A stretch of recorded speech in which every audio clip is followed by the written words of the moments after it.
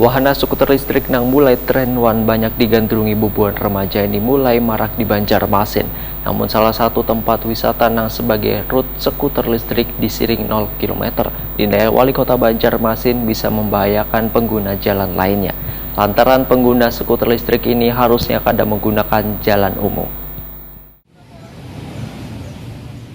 Wahana skuter listrik nang mulai tren wan banyak digandrungi bubuhan remaja mulai marak di Banjarmasin. Salah satu tempat wisata yang dijadikan tempat sebagai rute skuter listrik adalah di siring 0 km Jalan Jenderal Sudirman, Banjarmasin Tengah, kemudian berkeliling memutari jalan hingga kembali lagi ke tempat semula. Terkait dengan mulai ramainya warga yang menggunakan skuter listrik dengan melintasi jalan yang juga digunakan bubuhan pengendara ini, Wali Kota Banjarmasin Ibnu Sinawa takuni Prima TV jelang tengah hari Rabu 25 Mei 2022 memadahkan semestinya pengguna skuter listrik ini kada menggunakan jalan umum lantaran bisa membahayakan pengguna jalan lainnya.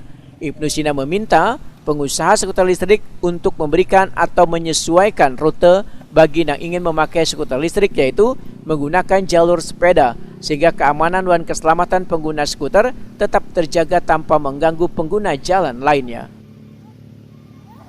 2 tahun yang lalu kan saya sudah minta dengan Dinas PUPR untuk memperbaiki akses jalan dan jembatan, terutama di kawasan Siring.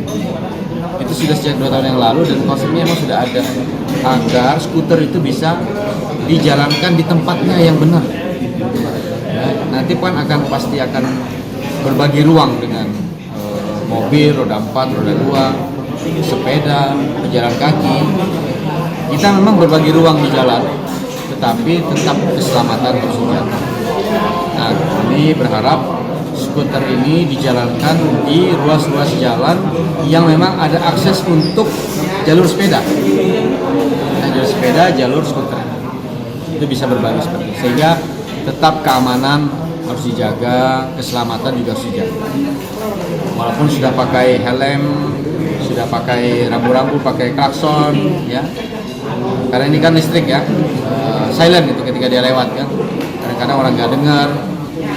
Yang bahaya itu kalau ketabrak, keluar jalur ketabrak.